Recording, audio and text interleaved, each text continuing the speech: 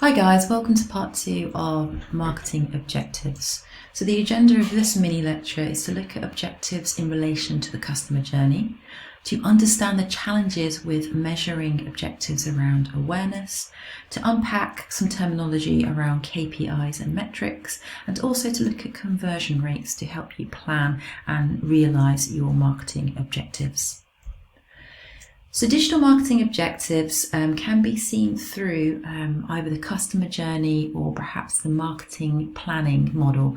So Roberts and Zahay recognize that in order for a company to achieve its objectives, it has to achieve certain performances or certain objectives at different levels. So first of all, it needs to attract customers. So it's important for businesses to have objectives around the number of customers that it acquires or attracts. It then needs to convert potential customers into actual customers. So conversion and having objectives around conversion is a very important stage. As well as bringing on board new customers, it has to retain and sort of engage and please existing customers so they don't all leave. So it needs to retain. And finally, it needs to improve customer value. So that might be getting a customer base to be happy to pay more because they are very loyal and appreciate what the brand offers, or perhaps they might be willing to buy more, so buy larger quantities or buy more frequently. So in those ways, the company can actually improve its efficiency by developing customer value growth. Another model by Chaffee and Alice Chadwick in 2016 is called the RACE model: reach, act, convert, engage. So again, this is talking about the different stages that businesses need to sort of bring customers through in order to be successful and achieve their objectives. So it's very similar to the Roberts and Zahay model, uses slightly different language, but it kind of recognizes the same stages. So the first stage being to reach, you need to reach new customers to develop an awareness so people know who you are, what you offer, what the value is that you provide, why they should engage with your product or service. You then need to get them to act, so you need them to get them to follow you, to become a fan, to come to your website, to read your blogs, etc. And then you need to get them, or you need to convert them from an audience or a potential customer or a potential donor into an actual customer or an actual donor. So you need to convert your potential audience into customers.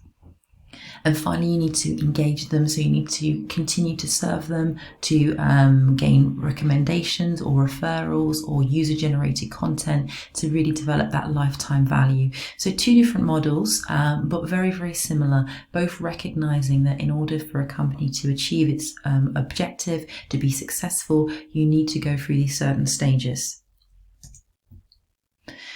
So most models start with awareness or reach, because people can't buy from you if they don't know who you are. So quite often we do set a lot of objectives around reaching a new audience, especially if we're a new brand, a new product or organization. We need people to know who we are. We need to reach them and to develop an awareness. So this particular model, the RACE model just mentioned, this is a more detailed sort of breakdown that's available on the Smart Insights website, as well as in the digital marketing textbook by Chaffee and Alice Chadwick. But it's pointing out that ways of measuring reach, if you look at the top in the green area, we can look at fans and followers. So we can look at fans of our pages or followers of our profiles. We can look at visitors to our website, or perhaps people that are linking to our site. So this is a great way to say, okay, are we reaching people? These are some of the KPIs that we can actually use to establish whether we are reaching. We can then look at other areas such as act. Are people actually spending time on our website? Are they commenting on our blog posts or commenting on our social media posts? Are they liking them? And this in turn can come to leads and conversions, people getting in touch to say, yes, I would like to find out more about your business, have a free trial, have someone come to see me, or perhaps sort of download a brochure. Okay, so there's many, there's sequential stages that we kind of know we have to go through in order for customers to eventually, for our audience to eventually become customers or donors or volunteers, and eventually become advocates and help sort of tell other people about the service that we offer. So most models agree that the starting point is reach. But it's very difficult to kind of measure awareness and to kind of measure reach. It's incredibly important because that needs to happen before penetration and loyalty can occur. But awareness objectives are often set, but very difficult to measure effectively. So awareness objectives are difficult because, what exactly does awareness mean? Someone may have seen your brand, but not paid much attention to it, or they may have seen your brand and done a lot of reading and research and actually developed an opinion of your brand. So rather than just using metrics such as impressions, so when your marketing communication appears in someone's newsfeed or perhaps a display ad on someone's website, it's important to actually think about whether we've made a true impression, whether people have learned something about us or developed an opinion about us, to really ascertain whether we've developed awareness and whether we've actually reached that person. So how do we measure awareness? Do we measure it by how many people see our content? Do we measure it by how many impressions we have in the newsfeed? These things are important, and there are metrics available to help us see these statistics, but seeing and being aware are not the same thing. So your content showing up in someone's newsfeed because you've done a sponsored ad, or because you're looking at the analytics from your Facebook in terms of an organic post, is not actually the same as someone developing awareness. So I just wanted to relate awareness to the customer journey model. I like to think of true awareness as occurring when your brand or your service offering actually enters the customer's consideration set. So as you've probably noticed, when you're thinking to buy something for the first time, especially if it's a little bit more high investment, perhaps it's something that, like a laptop that might cost a significant amount of money, or perhaps a new technology that you've not used before, you might look at a number of brands or a number of different charities. Let's say you're interested in clean water and you valued the human right to clean water. You might look at 3 or 4 different charities that are working around the world to deliver water hygiene and clean water before you decide which one to donate to. You might look at which ones gives the largest percentage of donations to the cause in relation to sort of other costs like marketing. So we have what we call a consideration set when we're making a decision about a purchase or a donation. So regardless of whether your particular content, let's say you make a social media post and it appears in someone's newsfeed so that the person is happily browsing, suddenly they're interrupted by your content. It could be influencer generated content, organic content, or an ad, and then they discover, perhaps for the first time, a new charity, a new initiative, a new offering, and it actually, okay, this is something that matters to me. They develop an awareness of the issue and an awareness of the solution. So, they might then go to say, okay, I'm going to look further and evaluate your offering. I'm going to look at your Facebook page, or I'm going to look at your website to learn more about you. And once I've done that, I might be convinced. I might think, yes, your organization is fantastic. You're doing great things. Everything I need to know is there. I trust you. I'm going to volunteer. I'm going to attend, or I'm going to donate. Or, having discovered the issue and what you do, they might go, okay, is anyone else also providing a solution to this issue? Can I make sure that you're doing the best work? Is everyone else out there doing the same work, or doing the work differently? So although you may have helped them discover the issue or discover that they have a need to contribute or to help, they may actually start to evaluate the offering of others. So you may enter into a consideration set where they look at competitors' offering, your offering, etc.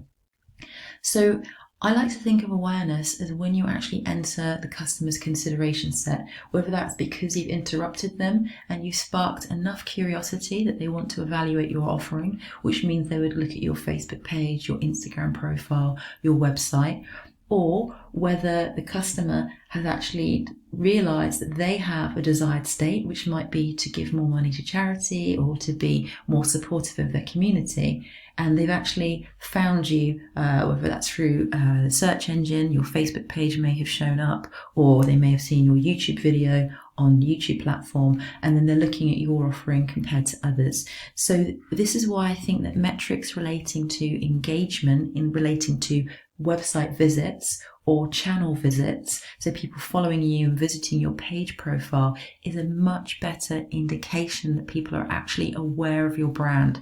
Because awareness is of no real benefit unless your brand is considered to be a possible solution to a problem or a need. So just to recap, for me, awareness is about entering the consideration sets of the customer. So an impression, so your content, your message, appearing in someone's newsfeed or appearing on the website as a display ad while they're browsing, it might not mean that the person has actually paid attention. They may not have actually seen it. Just because it's there doesn't mean it captures our attention. A comment, a swipe up, a click through indicates that someone has developed an awareness, it has caught their attention. So these are metrics perhaps are much more telling of sort of a more valuable type of awareness.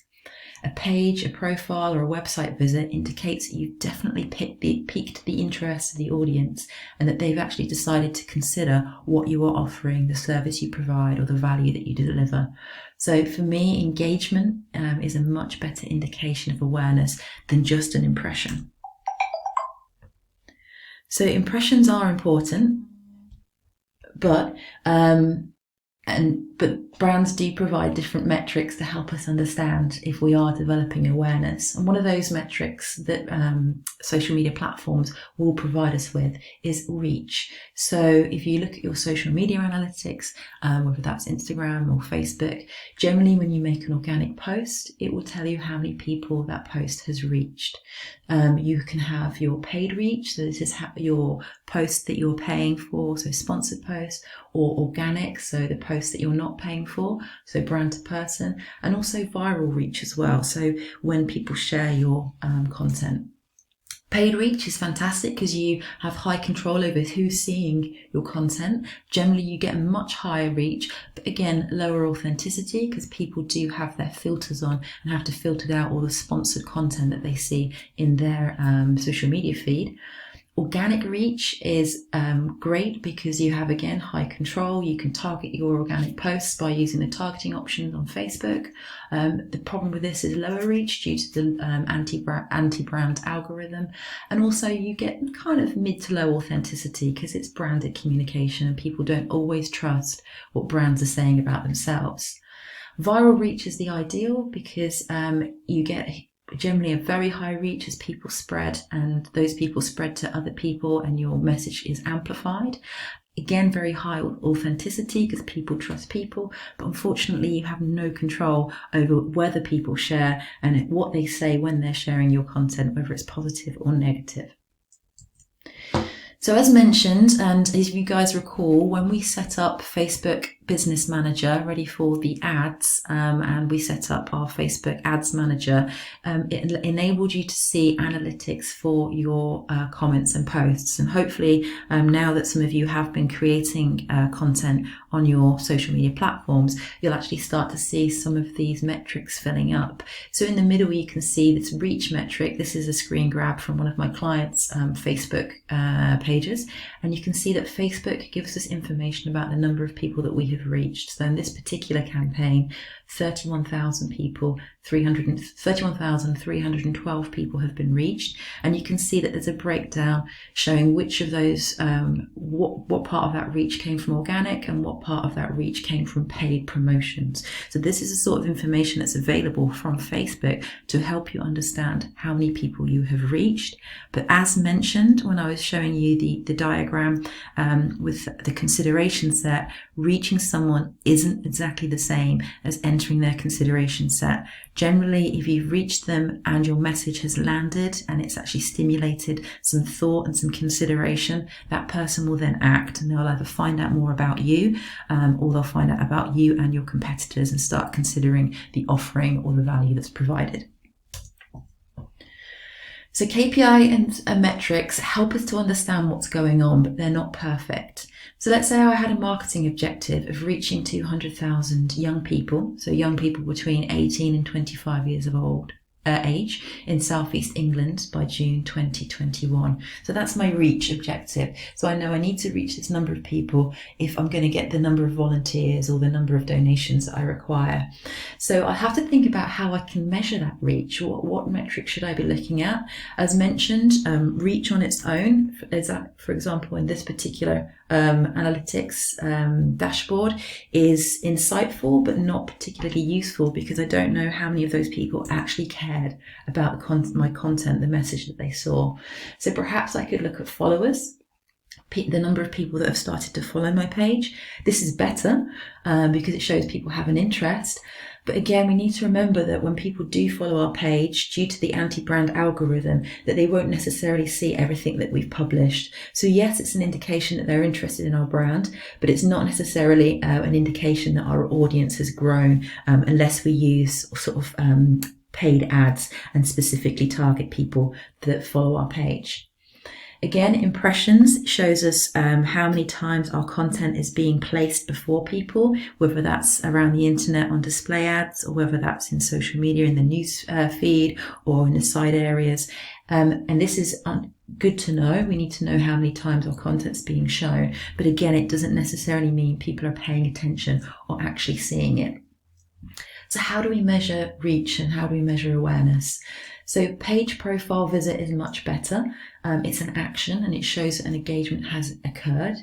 And mentions, yes, again, if people are commenting and sharing, it shows that they're thinking and feeling about your brand. So they're definitely developing more of an awareness.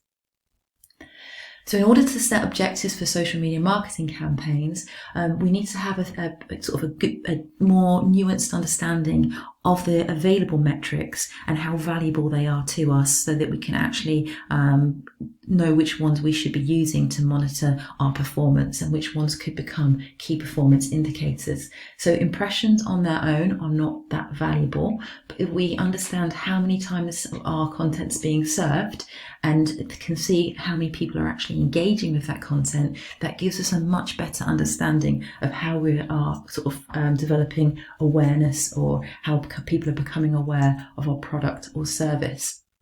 So this is a little screenshot from Google Analytics. So this shows the website traffic coming in, and the acquisition, that's the acquisition of new website visitors coming into the website. And if you go into Google Analytics, if you guys cast your minds back to the very first week of the module, you can actually see where the traffic is coming from. So people have seen something on Facebook, they've clicked on that, and 140 of them have arrived on the website. So this is something that, although you guys, I'm not expecting you to set up Google Analytics, you know that using Google Analytics, you can measure the number of people that you were driving from Facebook or driving from Snapchat or driving from Twitter or Instagram or YouTube. So you can set yourselves targets and you can kind of monitor these, the traffic, and understand which platforms you are using well, which platforms are working to reach your target audience. So in order to measure reach, you can be much more granular than just looking at the Facebook analytics and the sort of overall reach from an organic or a paid campaign, and start to actually look at the number of people who are arriving at your website as a result of that campaign. So there's lots of different metrics we can use to measure awareness and to measure how many people we are reaching, such as follower count and fans, impressions with a pinch of salt in terms of combining impressions with engagement. We can look at web traffic, and we can also look at share of voice, SOV. So we could look at how many times people are using our hashtags, because again, it shows that we're reaching people if they're actually using our branded hashtags. So it's really important as well to understand that in order to achieve our overarching objective, we need to know what sort of conversion rates are achievable, so we can benchmark and say, okay, are we actually converting people from audience to donors or from audience to volunteers at a rate that's in line with the industry? Are we being effective? Can we improve our communication or our page layout or the value that we provide? Also, knowing the conversion rates can help you to understand how many people you need to reach. So if you know you want to have 1,000 active visitors who convert and become volunteers, you might need to, you will be able to work backwards and realize you need to reach 200,000 people for that to happen. So let's have a look at some conversion rates in action. So let's say you do reach 200,000 people, and if you do get an average attraction efficiency, let's say out of the 200,000 people who see your message, 5% of those people do actually decide to come to your website. So that means 10,000 people would visit your website. Let's say your website is fantastic, and of those 10,000 people that visit your website, half of them think, yeah, I'm going to come back. Perhaps you're using the Facebook pixel, so you're retargeting them with a Facebook or Instagram ad. Perhaps you've got a really captivating email sign up offer, so they're signing up for email, but somehow you're bringing them back to the website. Then you manage to bring half of them back, so you bring 5,000 people back to the website. So they've had time to think, they've had time to see your social media and to read your emails and to come back to the site. They don't feel like they're impulse buying or impulse donating. So they're happy to sort of go on and engage. And let's say from those 5,000 people that do come back to your website, 2% of those do actually become volunteers or donors or buy tickets for your event. That means that you would achieve your target of 1,000 people who convert. So 1,000 people that come to your event or 1,000 people who volunteer. So by understanding industry conversion rates, we can set targets and we can be realistic about the number of people we need to reach, the number of people who we need to do an action, such as visit our website, and the number of people we need to convert into donors, volunteers, or attendees, so that our positive impact projects, whether it's the first stage or the first event or the first campaign, is a success. So as mentioned in Google Analytics, there are lots of different conversion rates, and there's ways of sort of understanding how our website is performing. So Google Analytics generally uses a conversion rate, which is called a sort of e-commerce conversion rate, where they look at the ratio of sales, so the number of sales, so that could be the number of donations, the number of people that sort of sign up, if you set that as a sale goal, versus the number of people who actually visit the website and express that as a percentage. So if 1 in every 50 website visitors that are driven from Facebook convert into a donor, you would know that from Facebook you get a 2% conversion rate. You could look at demographics and know that men convert higher than women. So perhaps if for every 100 men that visit your website, 3 of them convert and donate to your organization, compared to women, for every 100, only 2 donate, you would know that perhaps men might be a better target audience for you, or a particular age demographic might be a target audience from you. So you can use your Google Analytics data to understand who is converting, what web pages are converting better, which traffic sources, whether that's social media, etc., are converting better, in order to set targets.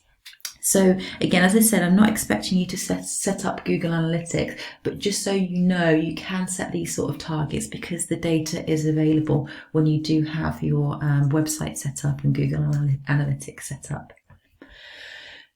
So there is data available from many different sources. It's kind of difficult to find data on non-for-profit and charities, but you can use general industry data to set yourself a benchmark.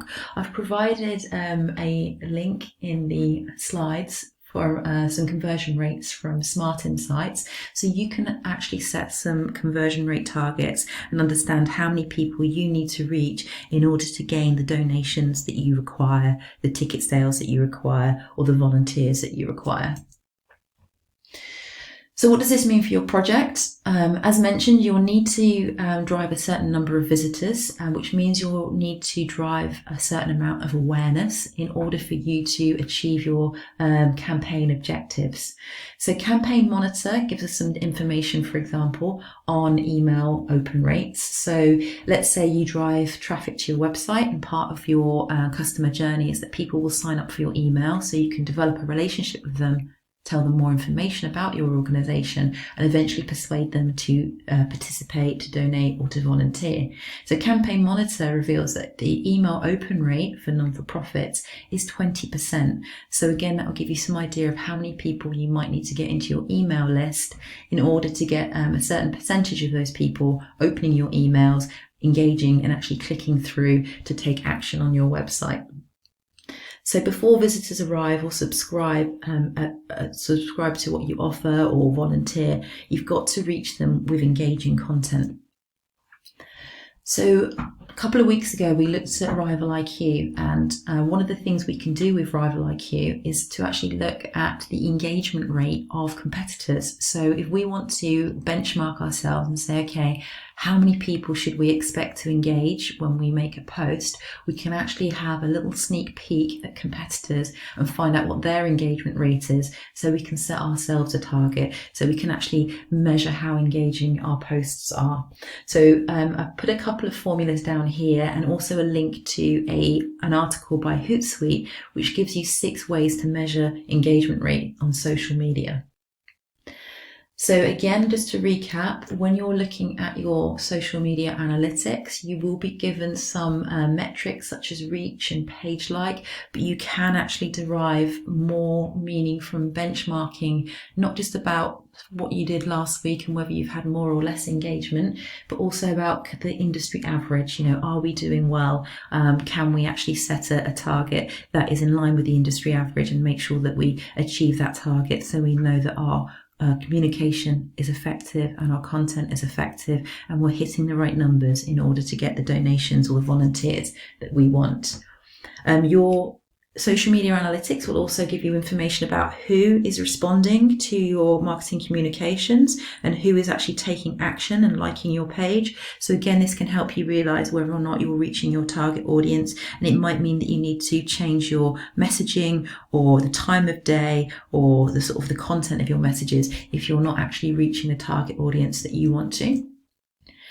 It also the social media analytics also shows you data about where in the world your audience is, so you can make sure that you're reaching people in the right country.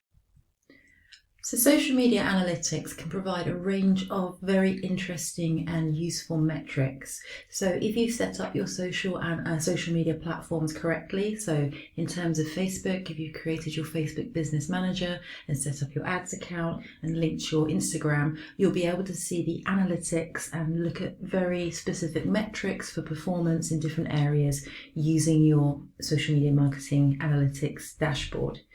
So as shown in the previous slide, when I shared a screenshot of the Facebook analytics, Facebook will tell you how many people you have reached. So how many people your organic post will have reached or your paid post will have reached. So I just wanted to reiterate that reach on its own, the content appearing in someone's newsfeed is not 100% indicative of achieving awareness, because that person may or may not have paid any attention. So the most meaningful metrics are those metrics relating to engagement, getting people to behave or to think or to feel, and having some sort of feedback mechanism, whether it's that they've liked your post or they've used an emoji to express how they feel about it, they've commented, they've shared, or they've used your branded hashtag. Those sort of metrics are much more indicative of generating an awareness and generating some brand resonance. Also, you should have a look at performance levels for your industry, so whether that's non-for-profit, whether it's for charity, whether it's for events, to find out what you should be aiming for, to find out if a 5% social media post engagement rate is good or could be better, so you know that your communication is effective. It's also really important to find out about conversion rates, whether that's click-through rates from your social media posts, through to your website, whether that is the number of people who visit your website that go on to sign up for your email. Because if you know what those industry rates are, again, you can try to make some predictions about how many people that will eventually turn into customers. So do your research, collect information about conversion rates, and then use that, and that will help you predict the total number of people you need to bring in at the beginning of your campaign, the total number of people you need to reach and generate awareness amongst in order for you to achieve your sort of final sort of objective in terms of the number of people attending your event, or the number of donations you might need for your crowdfunder or for your first campaign. So remember that objectives need to be realistic. We also need to have multiple objectives that need to be coordinated. So we might have an objective about raising awareness. We might have an objective about converting people on our website from visitors to sign-ups. So we need to have objectives that tie into each other.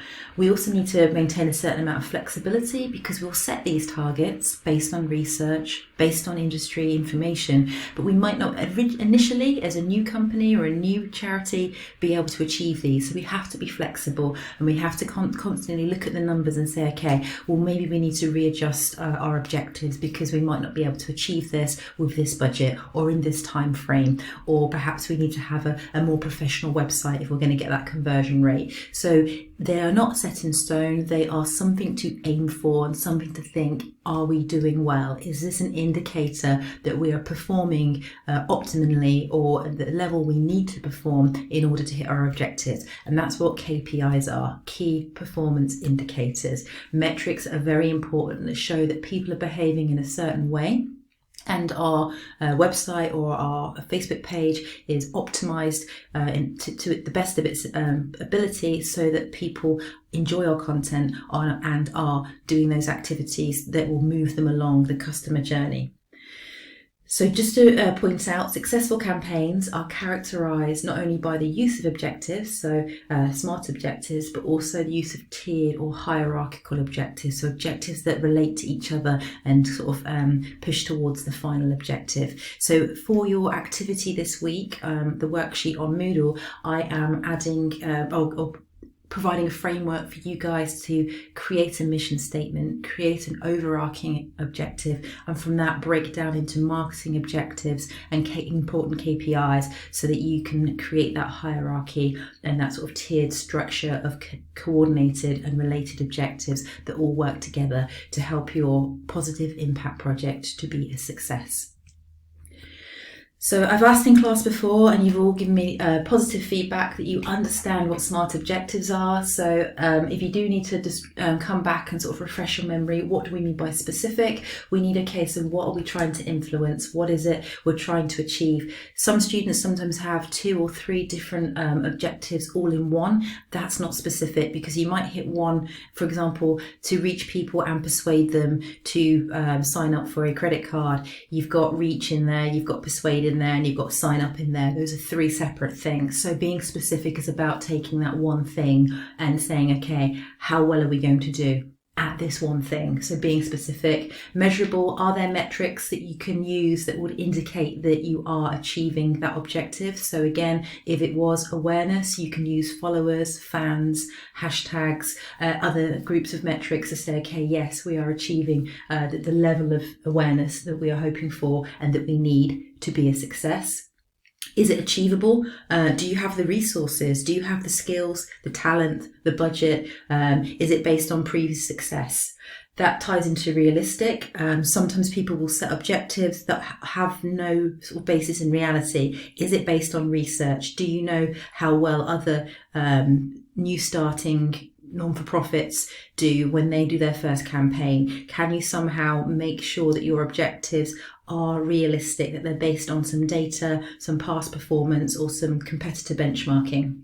And again, targeted and timed. So we know by what date we need to achieve the objective. So it's not kind of an ongoing, never-ending, are we there yet scenario. You're planning specifically for what you want to achieve in the first 3 months, the first 6 months, or the first year. So everybody knows, and you know, you can break that down to weekly. How many followers do you need per week, so that in 6 months you have the number of followers that you've set as your target for your reach, in order for your conversion rates to kind of then break down into that final number of sign-ups or volunteers.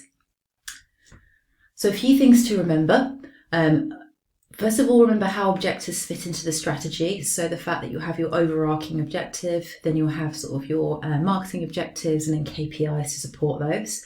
Remember how objectives are set. They're based on research. They're based on understanding where we are now and what the opportunities and threats are, and also how we are going to be the organisation that we want to be, provide the value that we want to provide. So it's very much based on research, very much based on our mission and our positioning. Then also it's important to remember how objectives relate to each other. So how we can drive awareness first in order to drive behaviour such as sign-ups or conversions, which will then help us to achieve our overarching objectives. And also to remember that although there are lots of metrics available to you on your social media analytics, you need to work out which ones are important, because the important ones are the KPIs. The important ones are the key performance indicators. Those ones are really important to hit, those numbers that you want to get in order for your project to be a success in the specified timeline. And don't forget that SMART framework, it just makes objectives meaningful and it makes them work. So we don't make you use a SMART objective just because we're being mean. It's a really useful acronym to make sure our objective has all of the right elements, so we all know, where we're going with it and what it looks like when it's actually achieved. So this is the end of the mini lecture series. So hopefully this has provided some information about objectives that you can apply to your positive impact project, and I can give you some feedback later in the week on your objectives and on your KPIs and the information that you've used to base those on. So thank you, and I look forward to seeing you this afternoon.